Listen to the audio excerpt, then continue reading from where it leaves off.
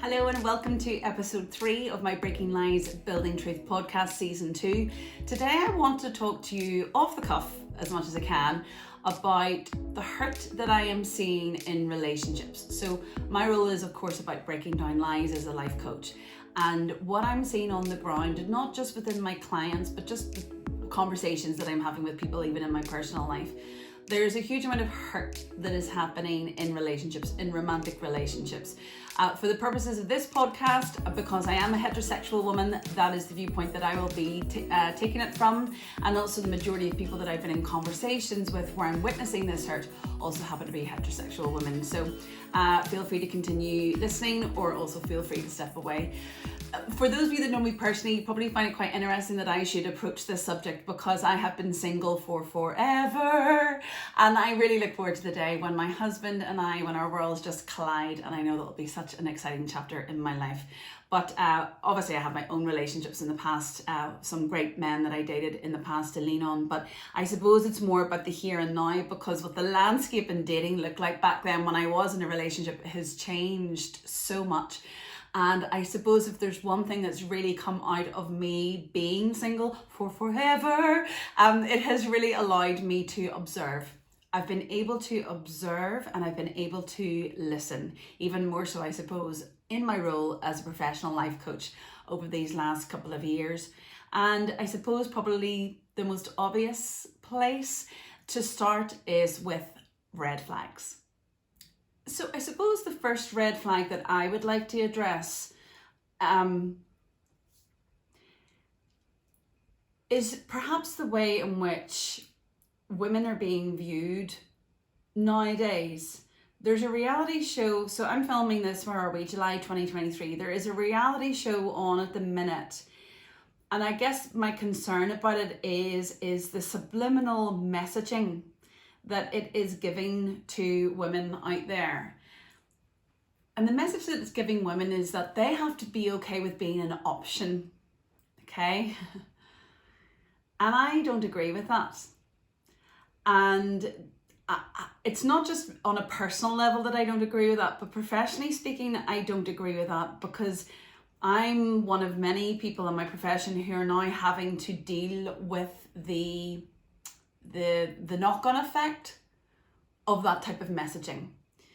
And what I'm seeing an awful lot is women, particularly in the younger generation, and by that I mean women in their 20s and and their early 30s, women who are feeling the need to compete, women who are falling into comparison, but also women who are in a way lining up in the hope of being chosen. And I think that a lot of the narrative that, we know that social media has is such a powerful tool. And I guess my concern is, if all of us, myself included, I would say I'm watching this program to help educate me more on a professional level, but real talk, probably it's something to help me decompress at the end of the night because it's mindless trash. But I don't know if I'm being there's probably an element of hypocrisy in me.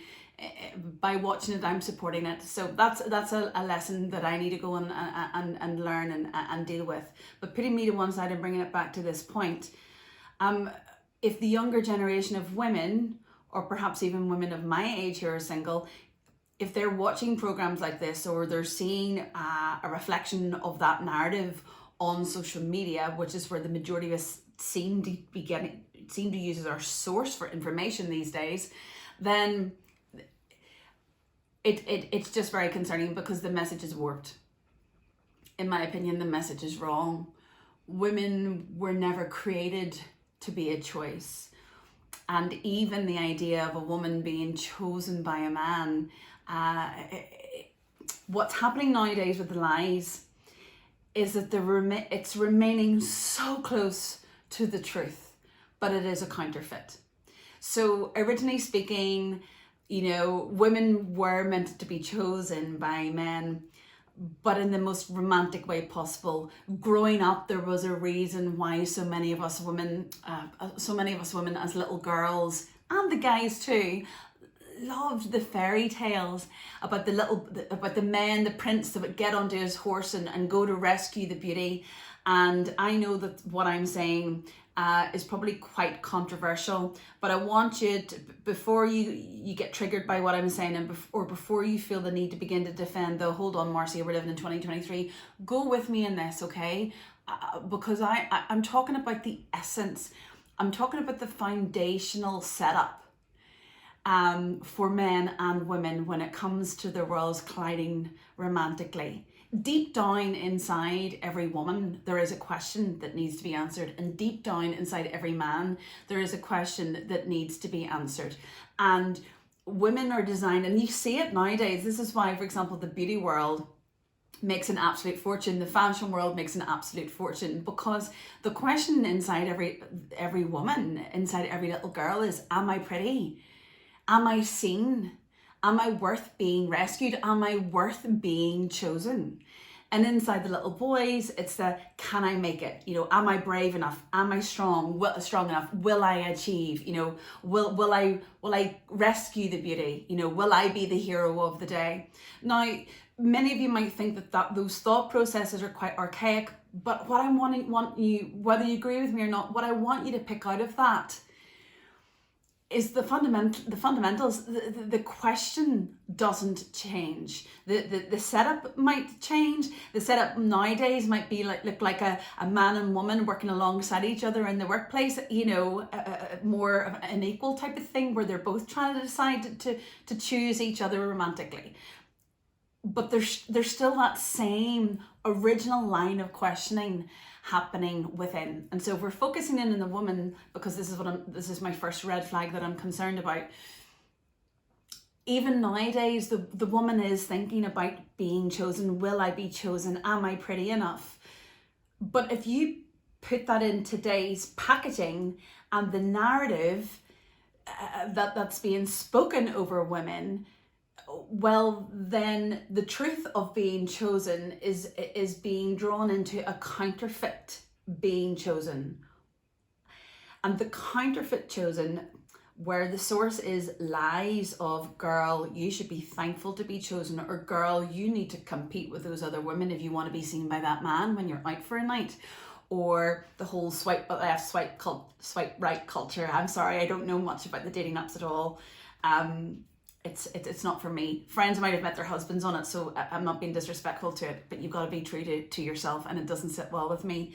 But I know friends have shown me that, again, there's this whole, what's being trained in the men and the women is this grass is greener mentality, where you can swipe and swipe and swipe, but what a lot of my friends have told me is the experience that they're having in the dating world when it comes to the apps is they don't feel like the man is fully present in front of them.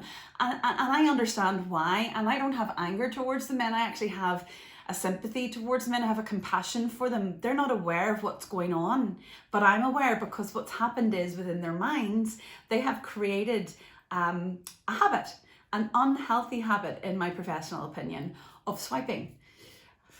Yes, she looks nice. Well, what about her? Swipe again. What about her? What about her? And what happens is then it creates this this thought process within the man of, well, she's really lovely, but what if I'm missing out on someone better? What if I'm missing out on something better? And then all of a sudden, women are not even being treated like women anymore. They're being treated like a commodity.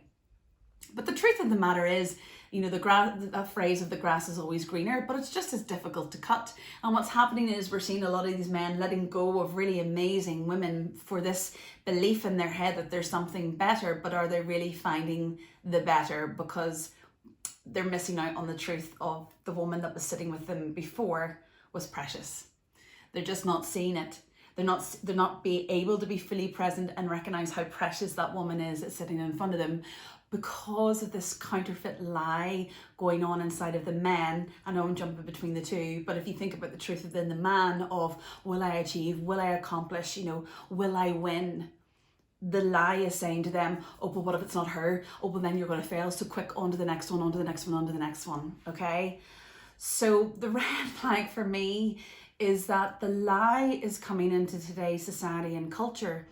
And it is acting like a counterfeit to the truth, that fundamental truth of the woman that desires to be chosen and the man that desires to achieve and win the day. And often you do see that, and really lovely. I think about friends of mine in wonderful marriages, and the man talks about punching and punching, you know, and there's something so lovely in that, isn't it? Like, and in a sense, he is saying, I can't believe I got her. And the wife sits so confidently because I've been chosen. Okay, so let's not neglect that when we do get into relationships and we fall in love, deep down we know that question's being answered in a certain degree. Now, probably for a later podcast, I will want to challenge those of you that maybe feel like that question isn't being answered. Well, then what do you do with that?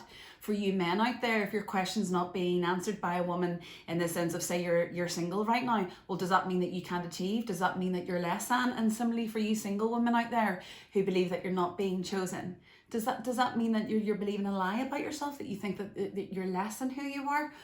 No. So I'll come to that on a separate podcast. But for today's podcast, today's episode, it's about looking at the hurt that's happening in romantic relationships, and it really truly does come back to our thinking.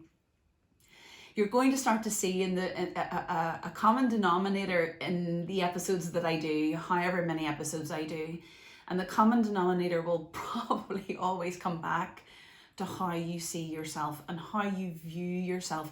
But we have got to break down these lies. And so that's the first red flag that I want you to become aware of when it comes to romantic relationships.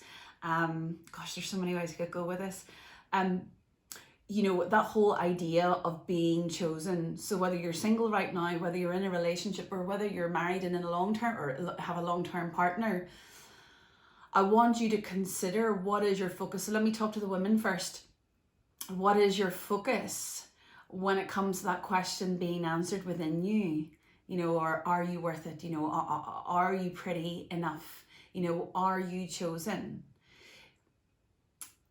If you're out and about and you don't believe that truth for yourself, then you are going to go seeking that from a man. And if that question doesn't get answered over a long period of time, or if you feel in a sense that you're being rejected time and time again, what that does is it chips away at the truth of who you are. And if you're not careful, and I've got to word this really carefully, you don't want to find yourself in a place where you become low-hanging fruit. I'm just going to leave that there, okay? Probably a better way of putting it, and this is the maternal in me coming out, don't compromise your position, okay? Don't be settling. The truth of who you are resides within. And when we go seeking that outside, particularly in today's society, particularly in social media, particularly with these reality shows and this narrative, the fashion industry and the beauty industry and the film industry and the music industry and all those creative arts industries, as much as I love them, the messages that they're sending out to us subliminally are telling us, unless you have these things, unless you do these things, unless you wear this, unless you carry yourself in this way, unless you conduct yourself in that thirst trap. I'm learning about this language, the whole thirst trap. I'm quite naive with all of this, but you know, these are the messages that are being sent out to women today, that this is who you have to be and this is how you have to carry yourself, because if you don't, you will not be chosen. There might be a part of you thinking that's quite ironic coming from a woman that's single right now, but that's my choice. I'm choosing to be single until the right man comes along. Okay, ladies, don't forget you have choice. Some of you fear being single because of the loneliness that comes with it. Some of you fear being single because, what does that say about me? What will that look like to others?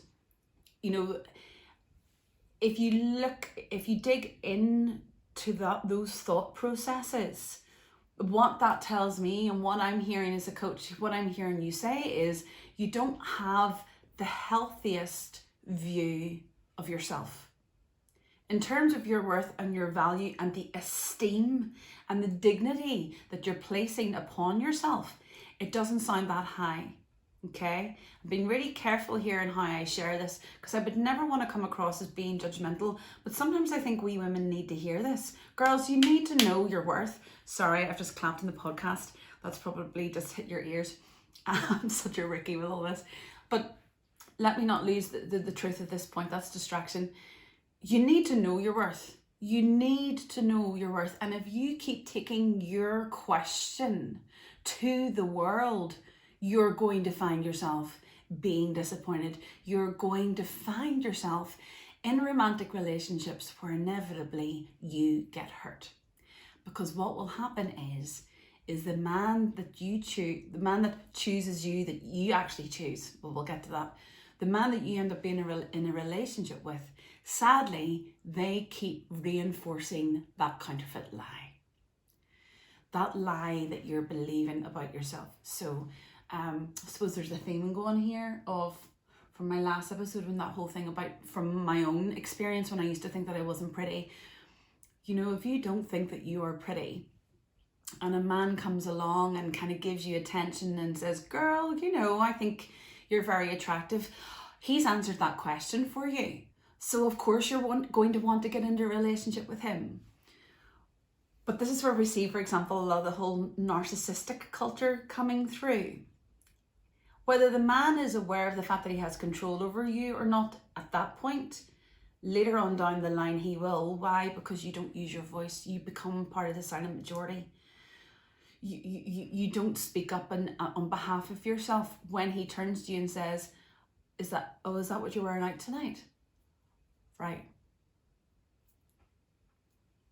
Okay. So when we don't use our voice, when we don't, and I don't mean to go angry. I don't mean for you to go defensive. I don't mean for you to go sassy and roll up your feminist sleeves in those moments. I'm talking about you maturely and respectfully communicating with your partner and saying, babe, what do you mean by that? I want to understand, what did you mean? What do you mean by that when you say that? And trying to see from their viewpoint what they mean, and they could quite possibly be coming from a place of love and be meaning it very innocently. But it also is a really healthy way for you to challenge, wait, hold on a second. And I'm talking about in early days in the relationship before the heart gets involved. It allows you to see, hold on, what does he mean by that? And then you can begin to catch those red flags. But if you don't have a strong, healthy view of yourself, of your worth and of your value, you might think that in that moment when he asks you that question, but you don't dare say it. Why? Well, because that could mean we could get into an argument and he might say, oh, do you know what? I don't want this aggro. I'm out. The girls are lining up around the corner for me to date, so I'm just going to go choose one of them instead of you. And if we're honest with ourselves, that is what can happen often in the early days of those relationships. So we don't say anything. And as a result, later down the line, we end up getting terribly, terribly hurt. And how do I know this? Number one, back in the day when I didn't have the self-esteem myself, I experienced that. I was on the end of that, and it's so sore. Like, it's so hurtful, and actually just takes you back. It takes you back steps in terms of how you see yourself. It doesn't take you forward, because then you have to work even harder to get yourself back up even onto an even keel of believing that you're attractive and that you're worth it, because you find yourself lying in the gutter in terms of heartache and pain. So I know it because of that. I know it because I've seen it in dear friends of mine, and I know it because I've seen it now as a professional life coach. And yet what's so interesting when I think about what I would have said afterwards to my dear friends at the time who picked me up, what my dear friends have said to me who've gone through that hurt, and what I've seen in my wonderful clients, I'm getting all emotional. That's truth. This is clearly going to resonate with someone. You'll get used to this with me. The one phrase that's come out from everyone is, do you know, the red flags were there? The signs were there. And I'm wondering if the reason that this emotion is coming up in me, I have to lean into this because this is truth coming out. I'm wondering, is there somebody watching this or listening to this right now who perhaps is in the early stages of a relationship, and maybe this is going to help you. So I'm going to keep going. Maybe you are in the early stages of a relationship, and maybe if you're honest with yourself, you don't have the best opinion of yourself when it comes to your beauty, when it comes to your worth, when it comes to your value. But this guy who you deem to be really attractive or really smart or really ambitious or whatever your thing is, he's noticed you.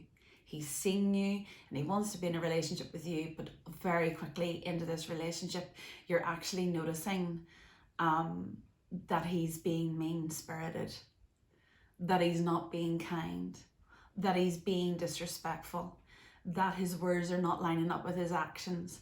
I'm not talking about you walking around being a super sensitive person. If you're a sensitive person, like, you need to be aware of that, and you need to know how to navigate your sensitivity, because that's not fair on the men, okay? So again, maybe we'll come to that at a different point, because I'm a great defender of men as well. But you know, if it's not a case of, oh, I'm just being super sensitive, then if you're reacting, if you're sensing something, you've got to ask yourself, what did I think in that moment? If you followed me from episode 1 and episode 2, what have I just thought in that moment? And you take yourself through that thought process, and that will give you the clarity of going, no, oh, hold on a wee second, this is me overreacting, or no, well, hold on a wee second, he's not right, he's being mean-spirited. That's quite controlling. I don't like his outlook on things. I need to challenge this, okay? And for those of you that are listening that this is resonating with, you've got to find your voice. You can no longer remain part of the silent majority, because I will always say this, how is that working out for you? Are you feeling comfortable in your relationship, or are you carrying continuous knots? Do you feel free to just speak and say whatever you want, or are you continually having to second guess and think about what you say before you say it? When the door opens and if you've got friends around and the door opens and he walks in, do you start to get panicky and nervous, or are you delighted and can't wait to bring him into the flock and connect him in with your friends?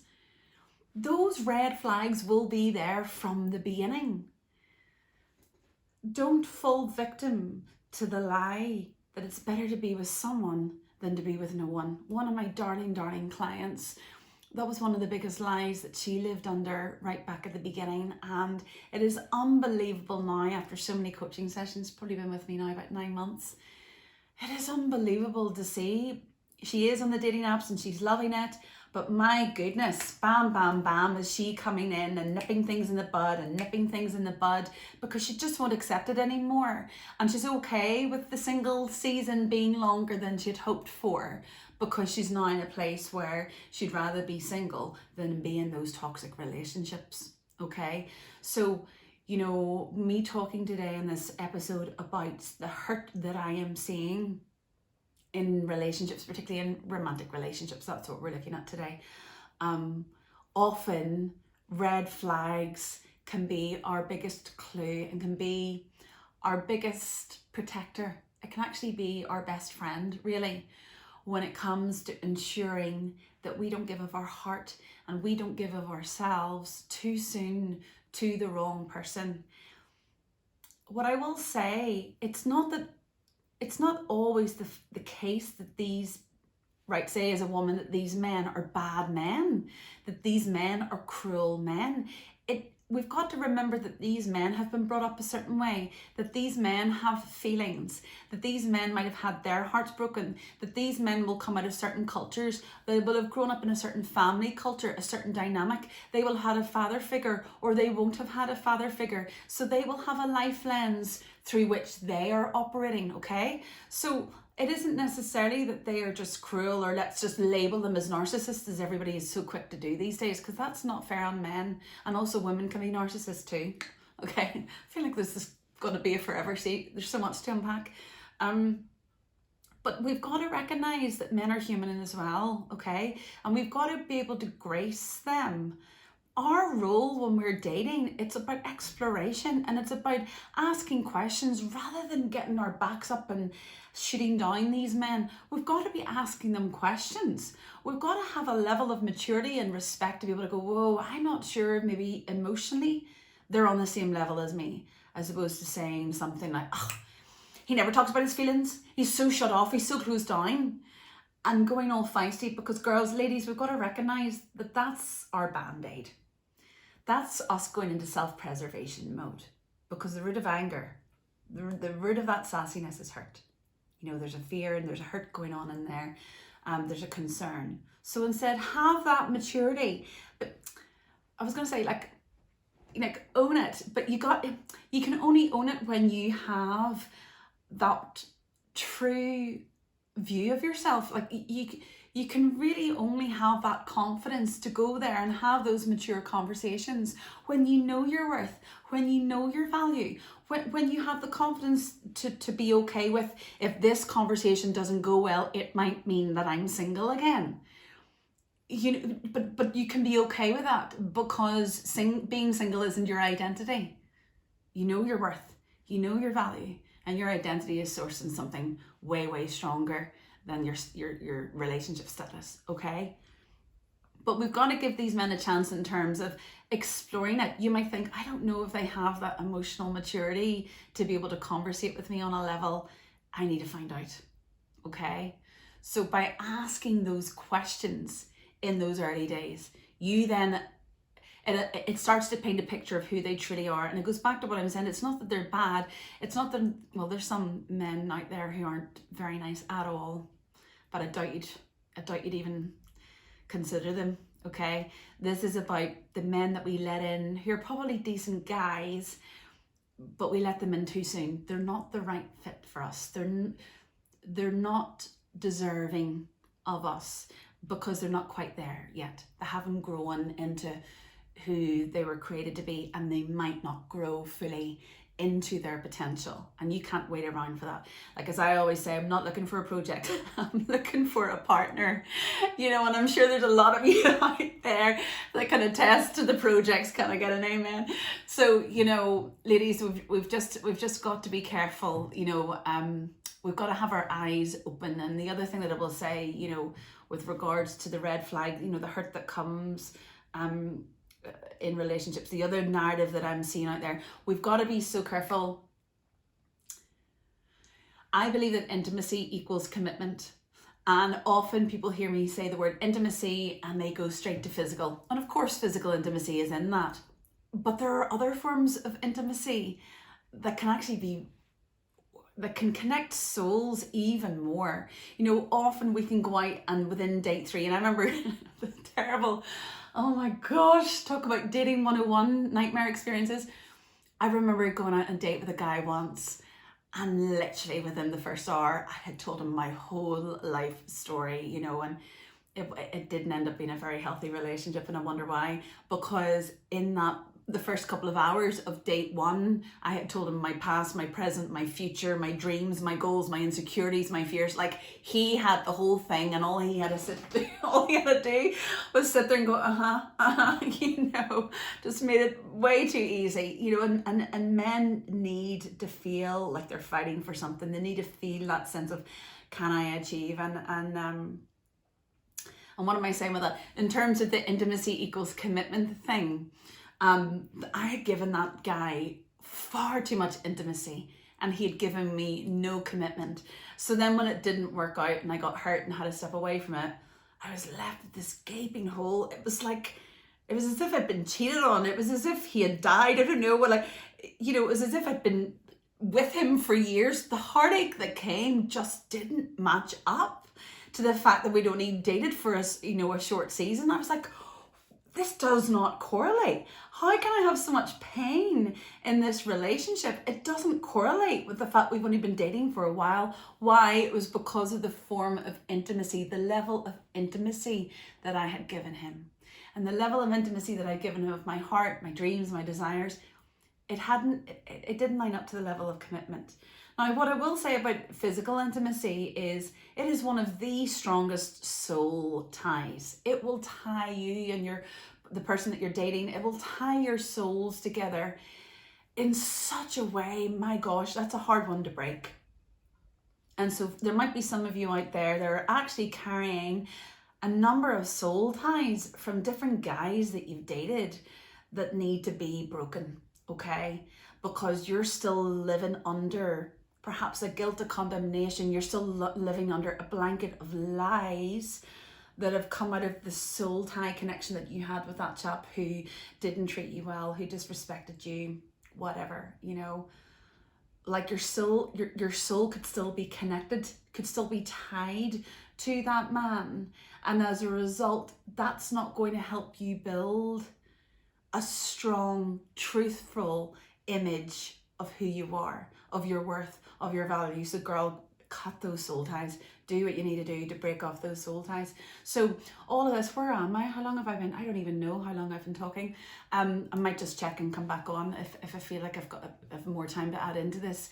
But in terms of red flags, all of this to say, one of the biggest red flags for me at the minute is this thing of women believing the narrative that you have to be okay with being chosen, and you have to be okay with the fact that if he's dating you, he's dating 5 other women, because that's just how it's done these days.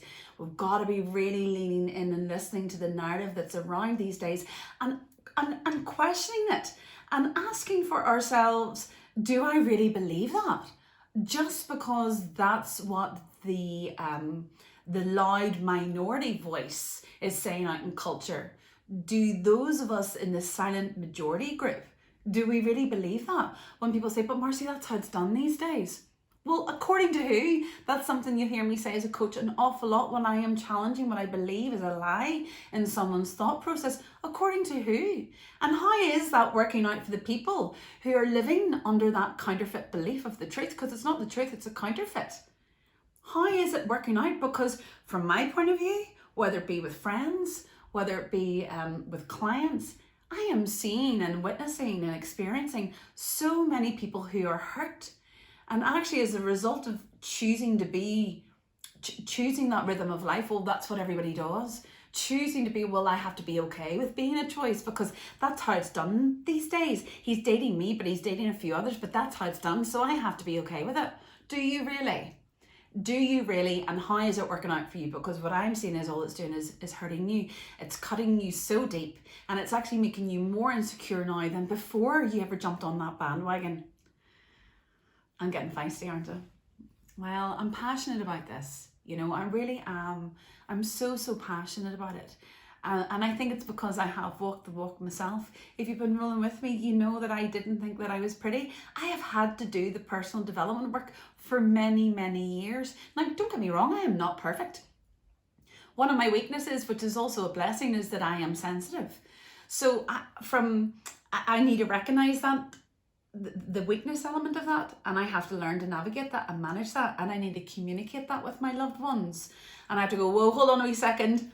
I've just reacted pretty sensitively to that. Let me just go away and work out, is this a me thing, or do we need to have a further conversation, right? Now, the beauty in that is it has given me a sensitivity whereby I can be the type of person that walks into the room and I just know. And I'm like, right, girls, we're leaving. You know, when it serves me well. It serves me so well with my clients. They can come on to a Zoom call and they go, hi, and I'm able to say, what's up? I can speak to a dear friend on the phone, what's going on? No, really? Let's just cut through it. What's going on? Talk to me. Okay, so there's a beauty in it. But we as women, we have got to do the work. Like, I had to do the personal development work to get to the truth of, you know, do I have a beauty to offer on the outside? And then what does that mean? And what are the soul ties and the lies that I have connected to in relationships in the past, or the people that have surrounded me, or the culture that I've grown up in, or whatever it is for you? Ladies, you have to do the work. You owe it to yourself. You're fearfully and wonderfully made. You are so unique. You are so beautiful. You do have a beauty to offer, and it's not just on the inside. And I am not saying that as some blanket statement, but I see the beauty in every woman and every man here on this earth. And so if I can see it, you can see it within yourself, but it's choice. And it's also, It's choice in the terms of what are you comparing it to? And if you are comparing it to this world, well, often we talk about with comparison, we tend to compare up, whatever that means, so we come off second best. So, beauty is in the eye of the beholder. So if you don't think that the beauty that you have is beautiful, but you're looking at someone else's and thinking that it's that, well then of course you're always going to come off as second best. But what if you were to take a season and really truly study yourself and study yourself through the eyes of truth? For those of you that maybe are in a relationship right now and it's early days and what I've said is resonating, cut it off. Just cut it off. And I want to challenge you, give yourself a few months, give yourself the rest of this summer even, and take, where are we now? Mid-July. Take the next 6 weeks and just be with yourself and learn about yourself and learn about what makes you laugh, learn about what you delight in, lean into what others say about you that's beautiful. You start to really create this image of actually who you are, and then begin to receive it for yourself, because that's who you are. And if you don't choose you, then how can you expect others to choose you? No, that's clunky language. No, there's a deeper question here. Hold on. If you don't choose you, you'll find it very, very difficult to receive the wonderful man. If I'm talking to the heterosexual woman, remember I said I use that as my kind of baseline to work from today.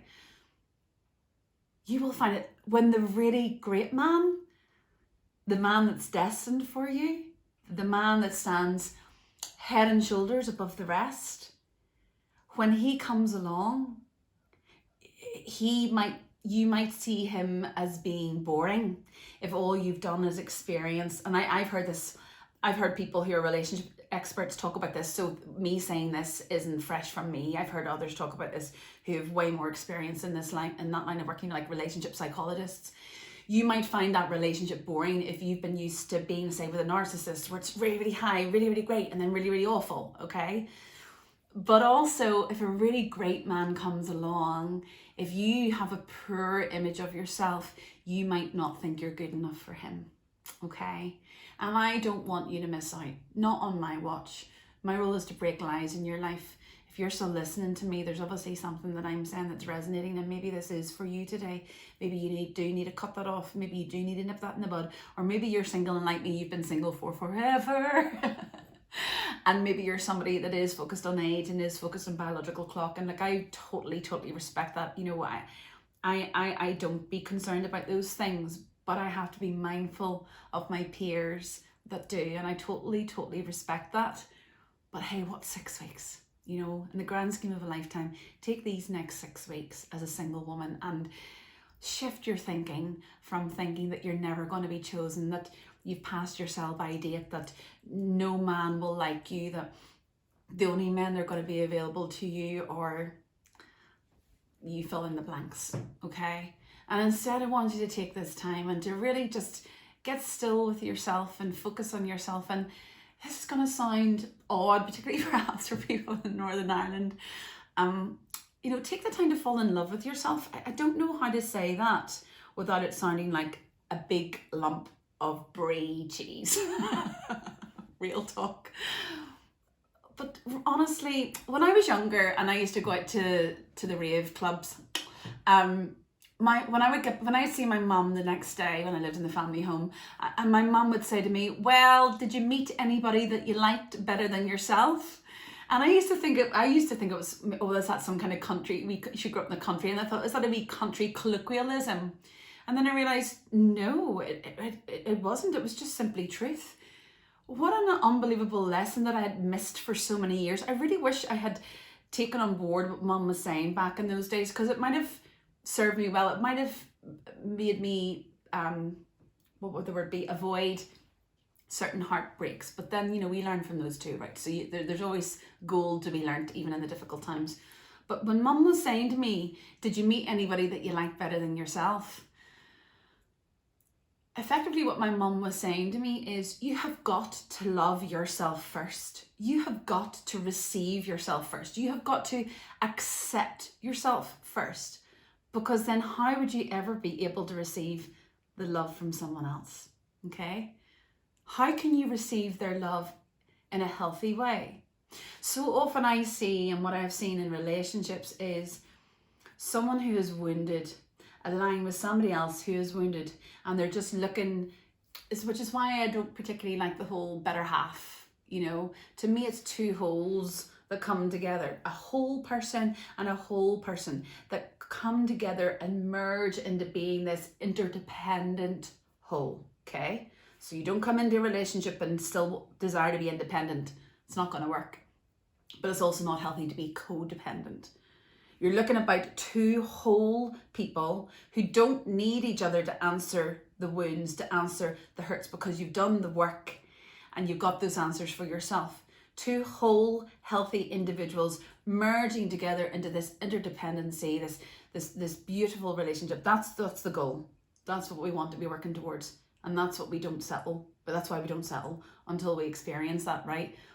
But we can't get there, and we can't become that whole person if we don't go on that holistic journey.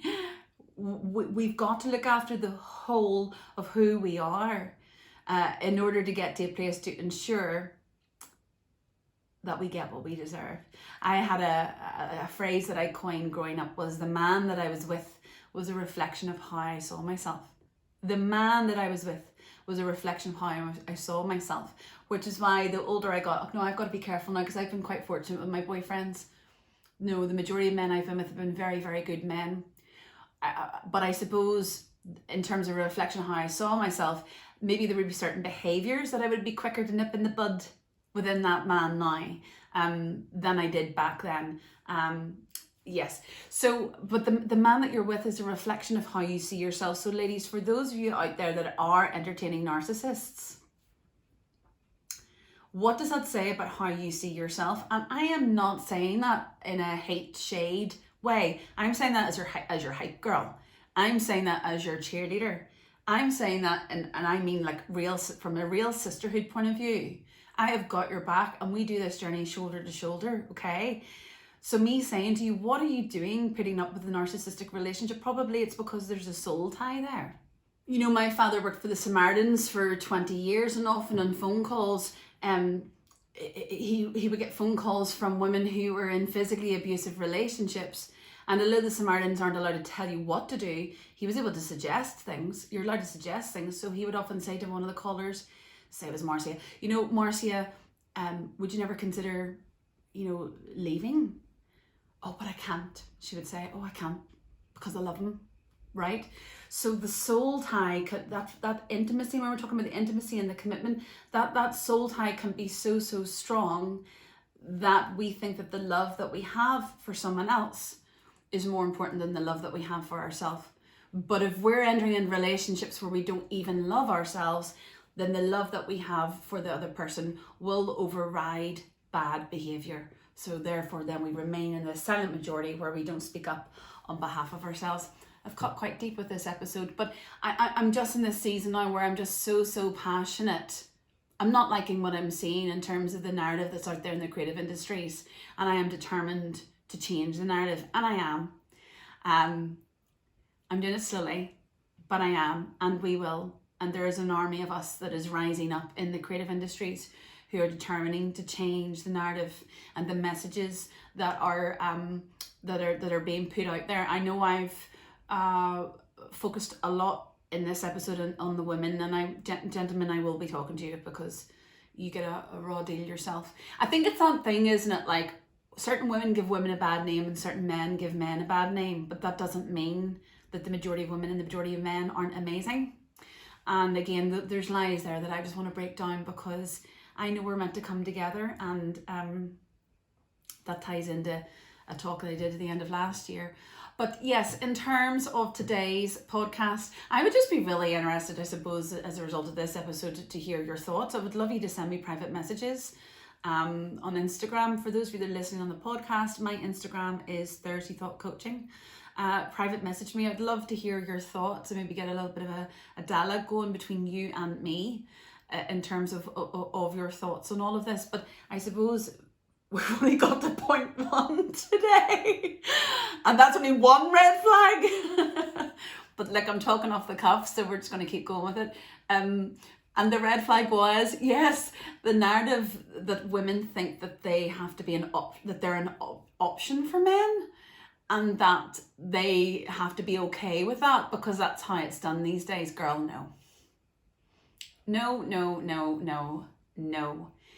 Yes, you will be chosen, but you also get a choice, and you get to choose the environments that you entertain and the environments that you don't. And if you are meeting men right now where they're making you feel like an option and a choice, and you're okay with that, well, that's your business. But if there is something, if you're honest with yourself, and deep down, that little silent majority voice, that little still voice, if in that moment you go, oh, no, but then you go, well, and then you cover it with the Band-Aid, then I want to challenge you over these next 6 weeks to change your thinking and just try adopting what I believe is the truth, not the counterfeit, but the truth, that you are unique, that you are fearfully and wonderfully made, that you have a beauty to offer this world that's on the outside, not just in the inside. And the man that's meant for you, when he sees you, he will be like, wow, there are some beautiful women in this world, but girl, you surpass them all. And it will be as if he has blinkers on, and he won't be interested in looking to the left or the right, because when he knows, he knows. And if there's one thing that I have learned and realized, and thank God for it in my singleness, by listening and observing really healthy relationships and really healthy marriages, particularly I love to hear it from the men. I love to hear the men's stories. They say to me, Marcia, when you know, you know. And these men are like, and particularly me as a guy, let me tell you, when a man knows, he knows. Okay? So in the meantime, let's just not let these men, we ought to, in a way, educate these men and train these men. And I say that with no disrespect to men, like training them. What's the word? It's not even training. It's, I suppose, yeah, educate. We have an opportunity to show these men, no, gentlemen, that's not how it goes. You know, I'm not going to be an option. No, this isn't how you treat a woman. If society's accepting it, then we as society have to kind of own it. You know, like it's because we're buying in to these narratives and accepting these narratives. Those messages are then going into the men's heads that this is okay. And then that is why they are treating women the way that they do. Now, don't get me wrong, there are going to be some that take advantage of that. Very clear to see. But if men think, oh, this is how it's done, oh, okay. There'll be men out there that don't want to do that. There'll be men out there that don't want to be dating 5 different girls all at the same time. But they too want to meet a really great woman. But they don't know how to do it because society says this is how you're meant to do it, okay? So, yeah, I'll talk to the men on a different episode. But ladies, if in that moment you know, I'm just an option to him, rather than papering over the cracks and putting the Band-Aid on and sucking it up and saying, okay, this is what the world does, so, you know, at least I'm getting out on a date with a guy. Instead, don't. Allow yourself to be vulnerable in that moment. And if that hurts a little bit, then step away from that guy and say no thanks, and go and do the work to try and understand why it hurts so much. Because then you'll get to the truth of who you are and what you really do desire. And as a result, then you realize, well, this is what I'm worth. And I'm not settling anymore. And I'm not going to be low-hanging fruit on that tree for the men to come along and just pick it off. I'm actually going to take myself right back up with all that healthy fruit at the top of the tree. And if that guy wants me, he is going to have to do the work to get me. And I don't mean it in a sassy way. And I'll address that in this series as well. It's not about being sassy. That's mean. You know, we can be fierce in terms of ambition and standing up for ourselves in our career. But let's not be sassy with men who are wanting to pursue us. They've done nothing wrong. Our sassiness comes from the hurts of our past. So girl, go work out your hurts. Stop making this wonderful man who sees you and wants to pursue you. Stop making them your punch bag. That's not right. And that's not who we women are. And I won't allow us to carry ourselves like that. Not on my watch. Okay. So yeah, I think maybe I'm going to stop there. Maybe this off the cuff thing's not so bad. I have no idea how long I've talked. Let me just click. I'm really curious. I think, can I click here? Will it tell me? Time. Oh, here? All right then. Wow, we're getting closer to the hour. Well, happy days. Well, look, there's so much in that, but I would love to hear from you as well. This is based on my experience, as I say, my own personal journey of not thinking I was pretty, through the dating scene, relationships, and now in this long single season, plus of what I've observed in dear friends of mine, healthy marriages, marriages that have fallen apart, friends of mine that have been cheated on by guys, friends of mine that are dating really successfully, and then as well as my clients as a coach. So yes, let's look out for that red flag of the narrative that is out there. And ladies, let's make a decision to begin to challenge that narrative, to dig deep within ourselves, find the truth of who we are, and start to operate from that place. And let's see what happens. So thank you for listening today. And watching, and if you feel that this is something that could help someone in your world, please pay it forward. I look forward to continuing this conversation with you in the next episode. But in the meantime, as always, stay encouraged.